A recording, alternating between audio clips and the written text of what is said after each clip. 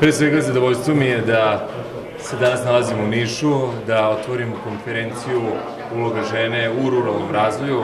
Kao što znate, naša istorija naterala Srbiju da vrlo često brigu o porodici u potpunosti poveri isključivo ženi. I to ne samo porodici, nego i celom domaćinstvu. Vrlo često je na ženska nejaka pleća padala briga o svemu onome i u čemu su trebali da se brinu i muškarci.